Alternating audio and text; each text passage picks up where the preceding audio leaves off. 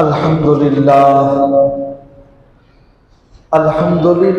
नहमदुहु व नस्तईनुहु व नस्तगफिरुहु व नु'मिनु बिही व नतवक्कलु अलैहि व नऊज़ु बिल्लाहि मिन शुरूरि अनफुसिना व मिन सय्यिआति अमालिना मन यहदिहिल्लाहु फला मुज़िल्ल लहु व मन युज़लिल्हु फला हादिय लहु व नशहदु अल्ला इलाहा इल्लल्लाहु वहदहु ला शरीका लहु व नशहदु अन्न सय्यदना व सनदना व हबीबना व मौलाना मुहम्मदिन व बारिक व सल्लिम अम्मा बाद फ़अऊज़ु बिल्लाहि मिनश शैतानिर रजीम बिस्मिल्लाहिर रहमानिर रहीम वक़ाल रब्बुकुम उदऊनी अस्तजिब लकुम इन्नल्लज़ीना यस्तकबिरूना अन इबादती सयदखुलूना जहन्नम दाखिरीन क़ाल नबी सल्लल्लाहु अलैहि वसल्लम मन लम यसअलिल्लाह यग़ज़ब अलैहि व क़ाल अलैहि अस्सलातु वस्सलाम अद्दुआउ मुख़्खुल इबादा औ कमा क़ाल अलैहि अस्सलातु वस्सलाम सदक़ल्लाहुल अज़ीम व सदक़ रसूलुहुन नबियुल करीम व नहनु अला ज़ालिका लमिनश शाहिदीन वश्शाकिरीन वल्हम्दुलिल्लाहि रब्बिल आलमीन। बुजुर्गान मोहतरम, अजीज दोस्तों,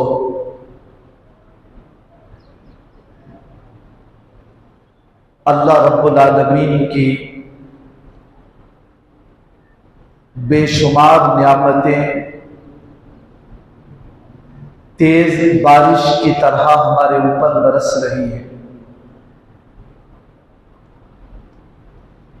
जिनको हम कभी शुमार नहीं कर सकते। और अल्लाह ने भी कुरान मजीद में फरमाया व इन तउद्दू निअमतल्लाहि ला तुहसूहा, अगर तुम अल्लाह की नियामतों को गिनना चाहो तो गिन नहीं सकते।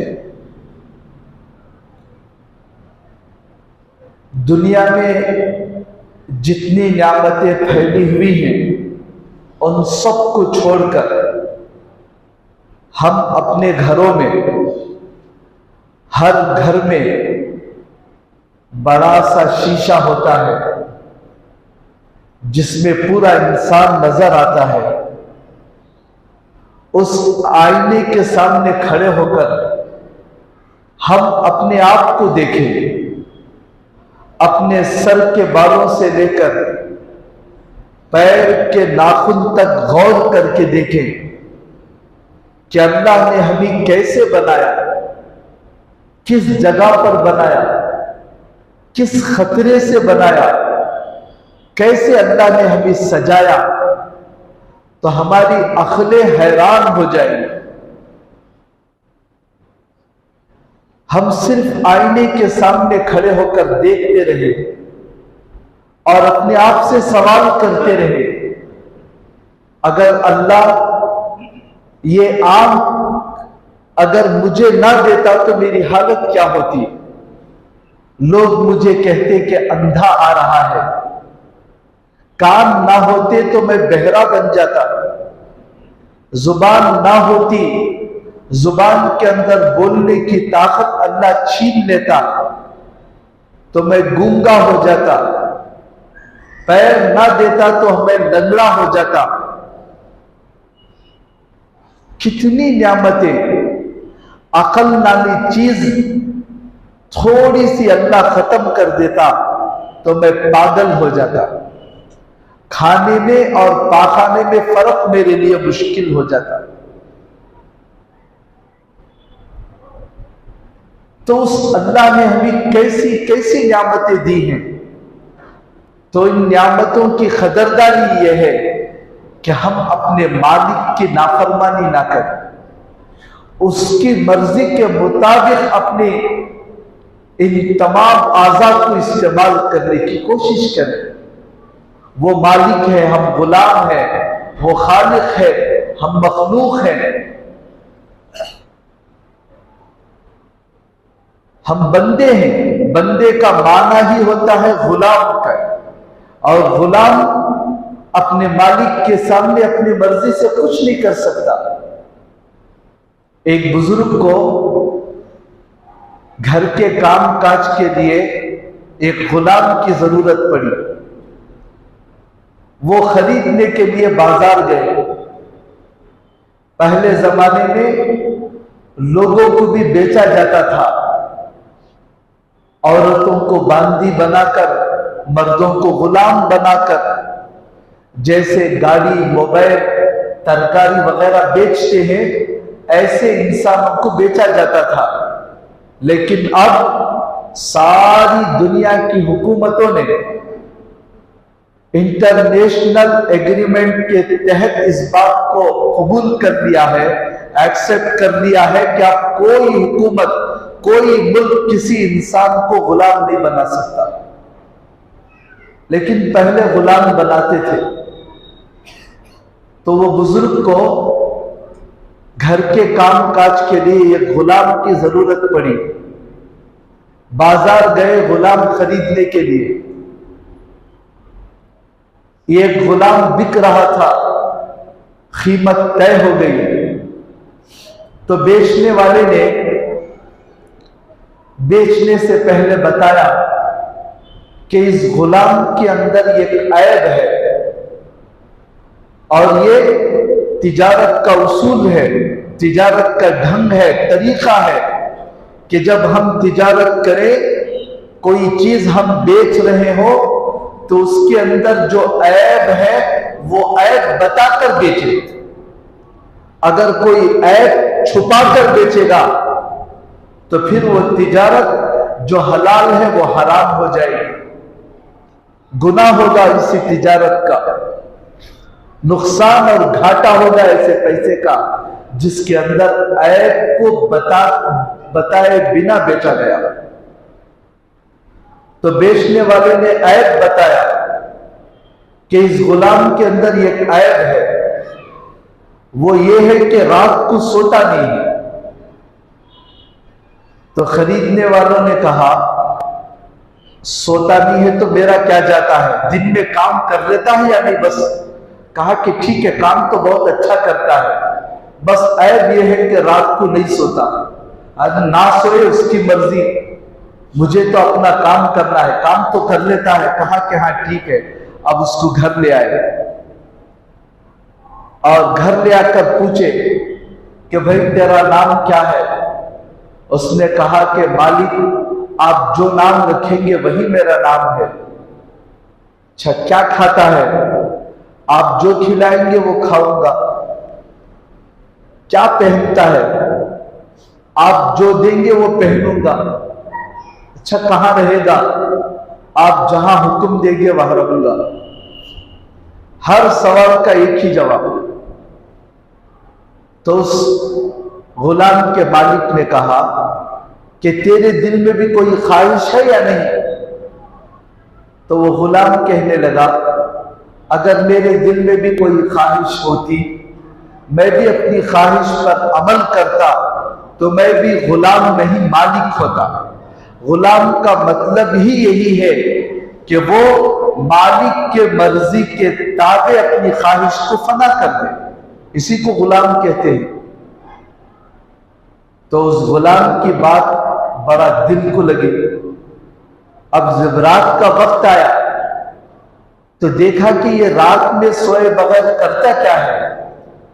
तो वो मुसल्ला बिछाकर बैठ गया अल्लाह के सामने, कहने लगा, ऐ अल्लाह मैं तेरी तकसीम पर राजी हूं।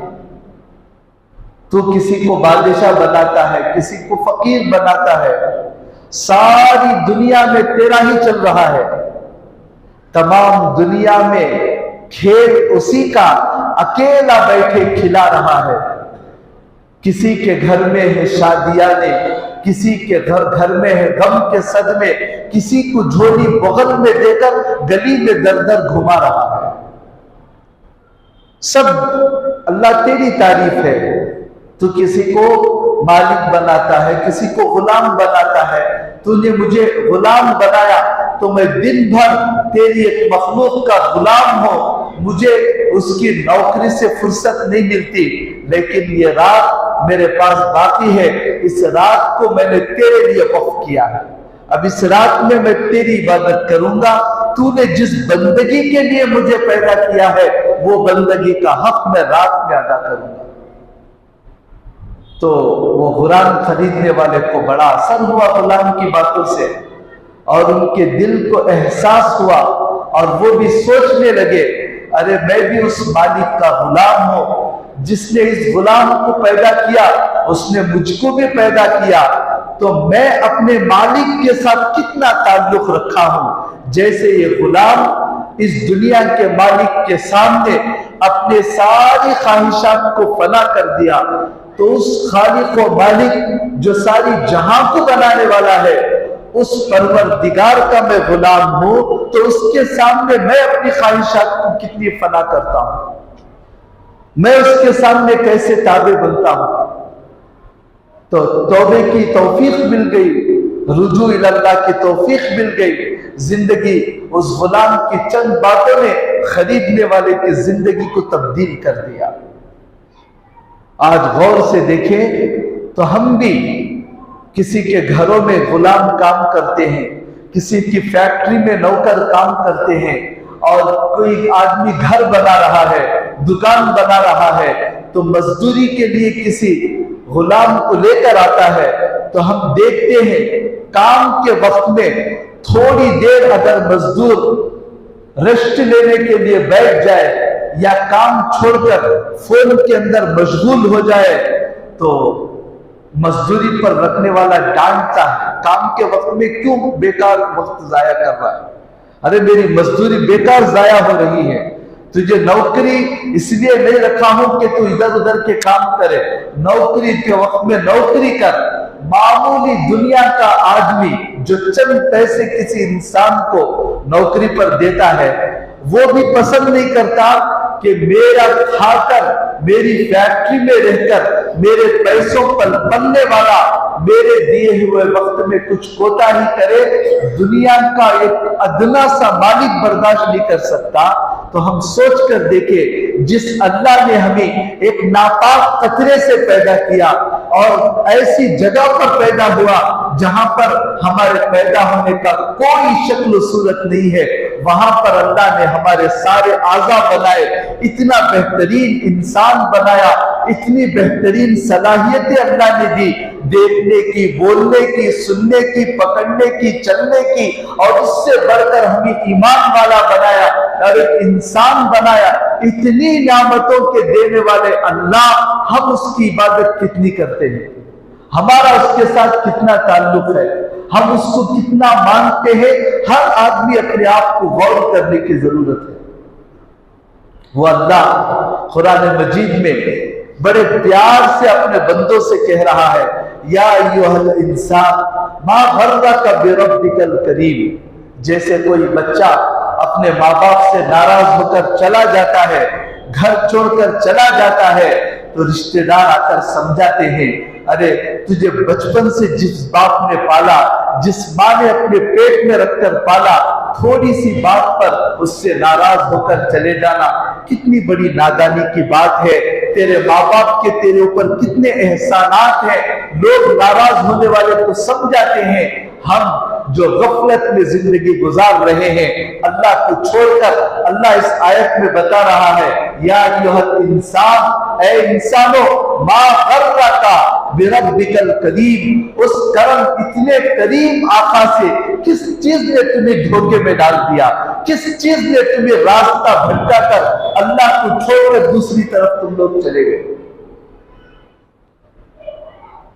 तो इतनी प्यार और मोहब्बत करने वाला अल्लाह, वो अल्लाह कुरान मजीद में फरमाता है एक आयत के अंदर, जिसको मैंने खुतबे के अंदर पढ़ा, वक़ाल रब्बुकुम उदऊनी अस्तजिब लकुम, मेरे बंदो मुझसे मांगो। अल्लाह चाहता है कि बंदा अल्लाह के पास हर हालत में आजिज होकर मांगता रहे। और हम लोग दुनिया से मांगते मांगते मांगते लोगों के पास हाथ फैलाते फैलाते इतने जलील हो गए कि खालिक और मालिक के देने में फर्क भी भूल गए। छोटी सी जरूरत पड़ी, हम अपने दोस्त से या किसी से कर्ज मांग लिया, देने वाला 1 मर्तबा देगा, 2 मर्तबा देगा, 3 मर्तबा देगा, 4थी मर्तबा हमारे आते हुए देखकर ही उसका चेहरा बदल जाएगा, बात का रंग रूप बदल जाएगा। अभी दूर से आ रहा है, उसी वक्त से पेशानी पर झिल्लियां पड़ जाती हैं कि ये आएगा तो मांगने के लिए आएगा। लेकिन अल्लाह 1 बार नहीं, 2 बार नहीं, 10 बार, जितनी मर्तबा मांगने के लिए जाते हैं अल्लाह खुश होता है। बल्कि जो बंदा बार बार मांगता है, अल्लाह उसे आम इंसानों से हटाकर अपने औलिया की फहरिस्त में दाखिल कर देता है कि ये मेरा बंदा ऐसा है जो जरूरत पड़े वो सिर्फ मेरे दरबार पर झुकता है, तो अल्लाह उसे अपना वली बना लेते हैं। हम लोगों के पास मांगने के लिए जाते हैं, किसी गरीब से 1,00,000-2 लाख रुपए जो उसकी ताकत से बाहर है, अगर सवाल कर ले तो वो चिढ़ जाता है, नाराज हो जाता है, कहता है कि क्या समझ रखा है आपने, 1,00,000-2 लाख रुपए मैं कहां से लाऊंगा। और एक बड़ा मजमा किसी रईस के पास या हुकूमत के बड़े ओहदे पर रहने वाले आदमी के पास गए और जाकर कहने लगे हम 1 रुपया मांगने के लिए आए हैं, तो वह आदमी समझेगा कि ये लोग मेरा मजाक उड़ा रहे हैं, तौहीन कर रहे हैं। हैसियत से ज्यादा या हैसियत से कम अगर इंसानों से सवाल करे लोग नाराज हो जाते हैं, मगर अल्लाह जितना चाहे मांगो, जैसा चाहे मांगो। और लोगों के पास मांगने के लिए जाए तो वक्त को देखना पड़ता है। अगर नींद के अंदर बेदार करके मांग ले तो उसका मूड खराब हो जाता है। अगर संडे के दिन गए तो कहता है कि आज तो ऑफिस बंद है, आज तो बैंक बंद है, आज तो जरा हालात खराब है। इंसानों के साथ कई मसाइल लगे रहते हैं, मगर मांगने के लिए अगर कोई डर है तो वो सिर्फ अल्लाह रब्बुल आलमीन का डर है। अल्लाह हदीस कुदसी में कहता है दुनिया के अंदर जितने इंसान हैं, हजरत आदम अलैहिस्सलाम से लेकर क़यामत तक आने वाले सब इंसान एक मैदान में खड़े हो जाएं और सारे जिन्नात एक मैदान में खड़े हो जाएंगे।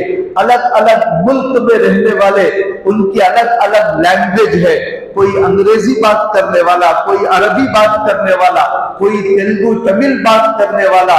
अल्लाह कहता है सब एक मैदान में खड़े होकर उनके दिल में जो तमन्नाएं हैं, जितनी ख्वाहिशें हैं, उनकी जो जबान है अपनी जबान में मांगना शुरू करे। मैं सबकी सुनूंगा, एक वक्त ही सुनूंगा और सबकी जरूरतों को पूरा कर दूंगा। मेरे खजाने में जिस तरह समंदर में सुई डुबो कर निकालते हैं तो समंदर का एक कतरा पानी सिर्फ कम होता है, अल्लाह कहता है उतना भी मेरे खजाने में कमी नहीं आती। इतने बड़े खजानों का मालिक, इतना देने वाला अल्लाह, उससे हम लोग ना मांगे तो अल्लाह जो है मखलूक के हवाले करके छोड़ देता है। तो कहने का मकसद ये है कि आज जो है हमसे जितनी भी इबादतों के अंदर लापरवाही हो रही है वो तो है ही, लेकिन ये बहुत बड़ी चीज और एक बहुत बड़ी गफलत का आज उम्मत मुस्लिमा शिकार है, वो है अल्लाह से नहीं मांगना, दुआएं नहीं मांगना। जबकि जितनी भी इबादतें हैं सब इबादतों के ताल्लुक से कोई आदमी गारंटी नहीं दे सकता कि ये इबादत कबूल होगी या नहीं। मैं नमाज पढ़ा हूं, मुझे पता नहीं कि नमाज कबूल होगी या नहीं, अल्लाह की मर्जी है, वो कबूल कर ले, उनका एहसान है। मैंने रोजा रखा, अल्लाह की मर्जी, अल्लाह कबूल कर ले, उसका एहसान है। लेकिन दुआ के बारे में खुद अल्लाह ने फरमाया, वादा किया है, मुझसे मांगो मैं तुम्हारी दुआ कबूल करूंगा। तो उलमा ने लिखा है, कोई आदमी भी दुआ मांगे अल्लाह उसकी दुआ रद्द नहीं करता। हाँ, कुछ शरायत है कि हराम से बचना हो, गलत दुआ ना हो, और जो है आदाब की रियायत करके मांगे। उसके बाद जो बंदा भी जो भी दुआ मांगता है, उलमा ने लिखा है कि दुआ की इबादत कभी भी अल्लाह रद्द नहीं करते, कभी भी रद्द नहीं करते। अल्लाह के नबी ने फरमाया, 3 चीजों में से एक चीज अल्लाह जरूर दे देते हैं। बंदा जिसके लिए दुआ मांगता है वही दे देते हैं, और कभी अल्लाह देखते हैं कि ये जिस चीज को मांग रहा है वो चीज उसके लिए मुनासिब नहीं है, तो उसके बजाय दूसरी चीज देते हैं। जैसे मिसाल के तौर पर हमारे घरों में छोटे बच्चे हैं, छोटे बच्चे कभी चाकू मांगते हैं, कभी ब्लेड मांगते हैं, कभी कोई गलत चीज मांगते हैं, तो बाप वो चीज नहीं देता, उसके बजाय दूसरी चीज देता है, चॉकलेट देता है या खिलौना देता है। अब बच्चा रोता है, चिल्लाता है कि मेरे अब्बा मेरी ख्वाहिश को नहीं मांगते। वो नादान बच्चा है, उसे मालूम नहीं है वो जिस चीज की ख्वाहिश कर रहा है वो उसके लिए नुकसान देने वाली है, लेकिन बड़ा बाप समझता है कि नुकसान क्या है, नफा किसमें है। तो ऐसे ही हम नादान हैं, हमारी अकल कमजोर है, लेकिन हमें पैदा करने वाला मालिक जिसके सामने माजी, हाल, मुस्तकबल सब एक है, वो जानता है कि मुस्तकबिल में क्या होने वाला है, वो जानता है कि इसे माल मिले तो क्या होगा, वो जानता है कि इसे ओहदा मिले तो क्या होगा। ये जिस चीज को तलब कर रहा है, इसकी ख्वाहिश को अगर मैं पूरा कर दिया तो ये अपनी हालत पर बाकी रहेगा या बदल जाएगा। अगर उस चीज को मिलने के बाद उसके बदलने के इम्कानात होते हैं तो अल्लाह पाक उसके बजाय कोई दूसरी चीज जो हमारे लायक है वो दे देते हैं, या कोई मुसीबत अल्लाह हटा देते हैं। हमारे मुकद्दर में कोई मुसीबत थी लेकिन दुआ मांग रहा है, तो जो मांग रहा है वो तो नहीं मिलता, लेकिन मुकद्दर में जो मुसीबत थी दुआ की बरकत से अल्लाह उसको खत्म कर देते हैं।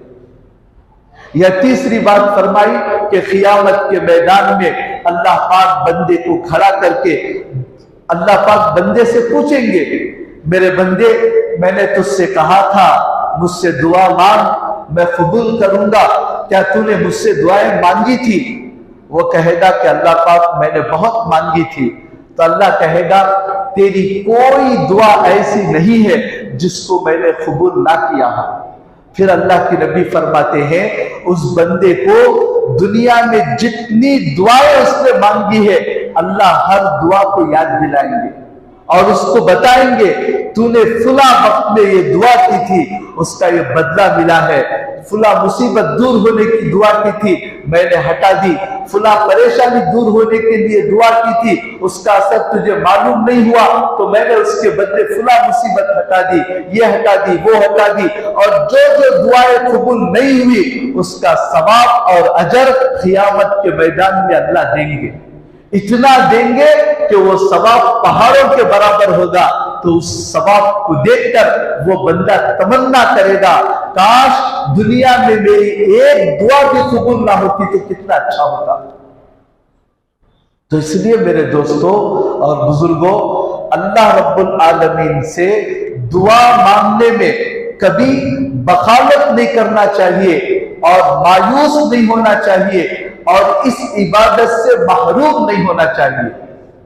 जिसको दुआ की तौफीक मिल गई समझो कि उसका बेड़ा पार हो गया, उसका हर मसला अल्लाह हल करके दिखाएगा। आज हमारी हालत क्या हो गई, जरा मुसीबत पड़ी सबसे पहले मखलूक की तरफ हमारी निगाह जाती है। एक वाकया अचानक याद आ गया जो कई मर्तबा मैं बता चुका हूं। हजरत उमर रजी अल्लाह अन्हु के जमाने में खहफ पड़ा हिजाज के अंदर, बारिश बंद हो गई, गल्ला निकलना बंद हो गया, लोग परेशान हो गए। हजरत अमीरुल मोमिनीन के पास जाकर शिकायत की पूरे हिजाज की हालत यह है। तो उन्होंने मिस्र को खत लिखा, हजरत अमर बिन आस को कहा कि यहां हालात हैं, इसलिए तुम वहां से गल्ला भेजो।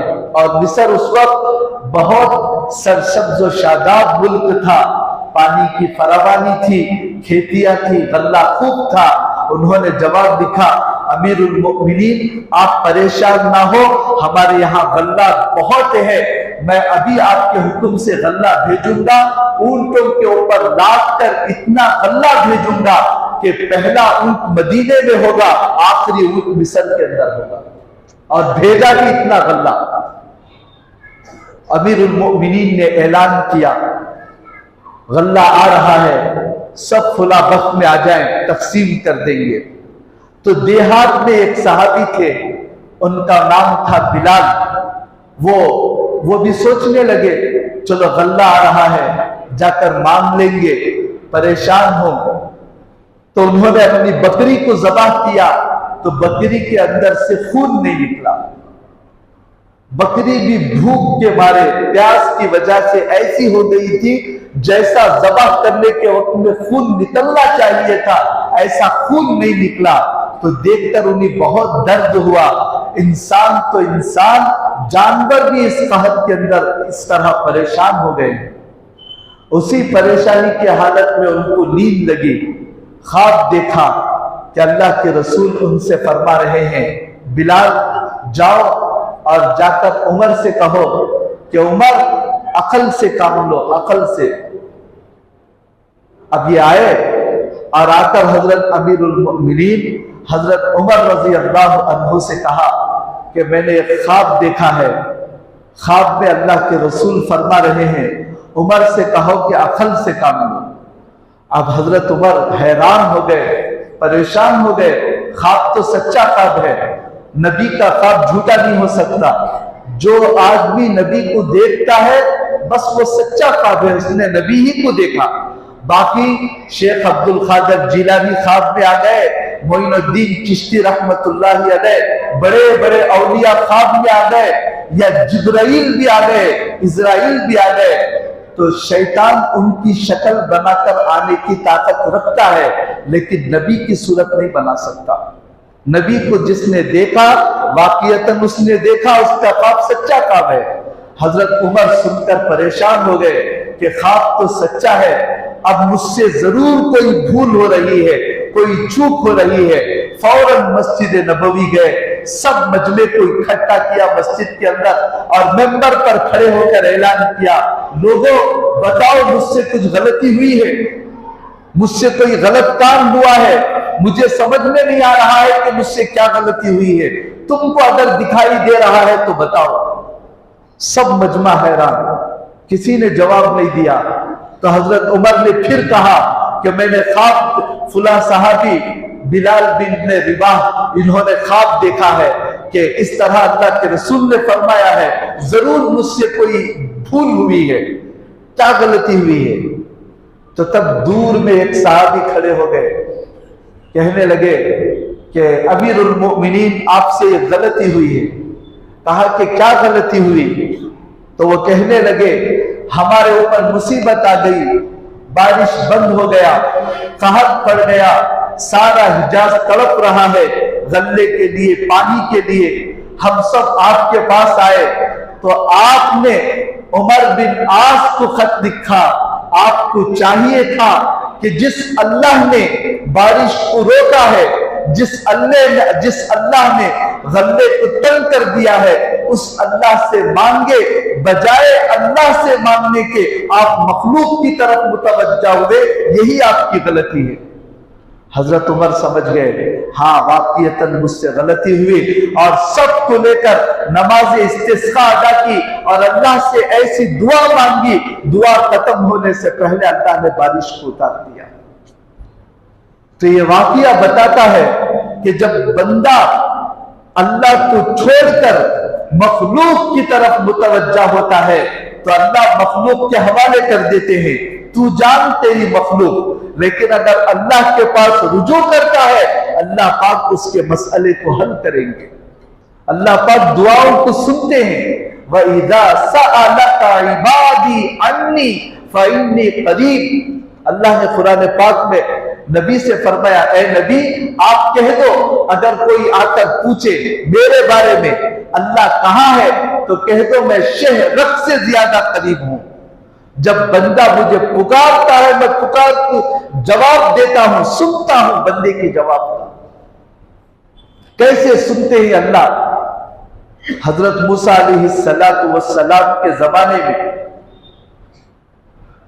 उनके जमाने में भी कहत पड़ा, और ऐसा कहत पड़ा कि वक्त के पैगंबर और सारी बनी इस्राइल की कौम बहुत शिकस्ता हो गई, टूट गई। हजरत मूसा अलैहिस्सलाम से दरखास्त की कुछ करे। हजरत मूसा ने कहा चलो हम सब मिलकर तौबा करेंगे और अल्लाह से दुआ करेंगे। सबको लेकर मैदान में आ गए और अल्लाह से दुआ की, अल्लाह अपनी रहमत की बारिश नाजिल फरमा, सारी मखलूक परेशान है, तड़प रहे हैं। तो अल्लाह की तरफ से जवाब मिला, मूसा तुम्हारे इसी मजमे में एक आदमी ऐसा है जो 40 साल से मेरी नाफरमानी कर रहा है, आज तक मेरी तरफ मुतवज्जा नहीं हुआ। वो अगर तुम में से हट जाए, तुम्हारी कौम से हट जाए, तो फिर बारिश उतर जाएगी। अल्लाह की नाफरमानी अच्छी तरह हम लोग समझ लें। गुनाह का बबाल दुनिया के अंदर जरूर पहुंचता है, बारिशें वक्त पर नहीं होती, और जो है चीजों के अंदर महंगाई हो जाती है, और गुनाह के नुकसानात से इल्म से बरकत उठ जाती है, जिंदगी से बरकत उठ जाती है, घरों में कमाइयों से बरकतें उठ जाती हैं, दिलों का सुकून गारत हो जाता है। गुनाह के नुकसानात हैं ये। तो हजरत मूसा अलैहिस्सलाम ने ऐलान फरमाया, भाई जो बंदा 40 साल से अल्लाह की नाफरमानी कर रहा है, वो हम में से उठकर चले जाए। तेरी वजह से सारी कौम मुसीबत के अंदर मुब्तला है, करने वाला तू एक है, लेकिन तेरी वजह से मुसीबत हम सब पर आई है। अल्लाह के लिए इस मजमे से उठकर चले जा। तो ये जो 40 साल से गुनाह कर रहा था, वो भी इधर उधर देखने लगा, सारा मजमा भी इधर उधर देखने लगा। जब कोई नहीं उठा तो मूसा अलैहिस्सलाम 2-3 दफा ऐलान करने लगे। तो अब ये समझ गया कि जब तक मैं नहीं उठूंगा मेरी खैर नहीं है, और अगर मैं खड़ा हो गया मेरे खानदान वालों के सामने जलील हो जाऊंगा। मेरे खानदान वाले समझते थे कि मैं बड़ा अच्छा आदमी हूं, लेकिन आज सबको पता चल जाएगा कि मैं कितना नाफरमान हूं, क्योंकि छुप कर गुनाह होते थे, और गुनाह जो है अल्लाह जानता था, वो जानता था। अब अगर मैं खड़ा हो गया सारा मजमा जान लेगा, गांव वालों के सामने जलील और रुस्वा हो जाऊंगा। तो वो सर झुकाकर दिल में अल्लाह को पुकारने लगा, कहने लगा, ऐ अल्लाह इतने साल से गुनाह किया, तूने सत्तारी का मामला किया, आज अगर खड़ा हो गया मैं जलील हो जाऊंगा। अल्लाह सच्ची तौबा करता हूं, मेरी तौबा कबूल फरमा। दिल में दुआ किया, अल्लाह ने उसकी दुआ सुन ली, फौरन बारिश को उतार दिया। अब मूसा अलैहिस्सलाम कहने लगे, अल्लाह पाक इस मजमे में से तो कोई बंदा खड़ा नहीं हुआ, बारिश कैसे उतरी? कहा जिसकी वजह से रोका था उसी की दुआ से मैंने उतार दिया, उसने मुझसे सुलह कर ली। तो हजरत मूसा ने कहा, आखिर वो बंदा कौन है, जरा मुझे दिखा भी दे।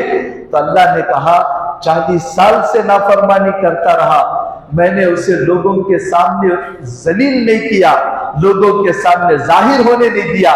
आज वो तौबा करके मेरा बंदा बन गया है, सच्चा पक्का, तो आज मैं उसे कैसे जलील कर दूंगा।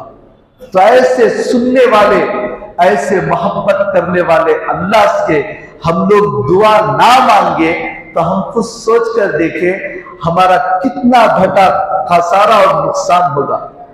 आज अजीब हमारी हालत हो गई, नमाज पढ़ते हैं अभी सलाम भी पूरा नहीं हुआ, इतना बेनियाजी से उठकर जाते हैं जैसा कि अल्लाह के ऊपर कोई एहसान हमने कर दिया।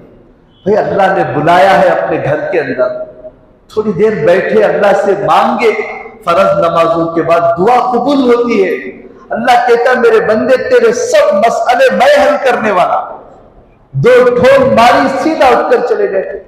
एक अजीब मिजाज सब मस्जिदों के अंदर ये आदत पड़ गई। नमाज की बात की सुन्नतें गोया कि हम लोगों को माफ हो गई है। हम लोग समझते हैं कि ये तो सुन्नत है, ये तो वाजिब है, ये तो नफिल है, फर्ज पढ़ लिए बहुत ज्यादा।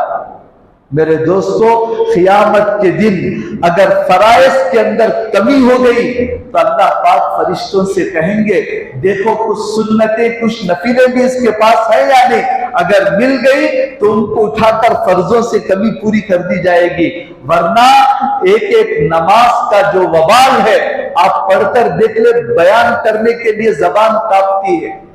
कितने करोड़ों साल जहन्नम में भुगतना पड़ेगा।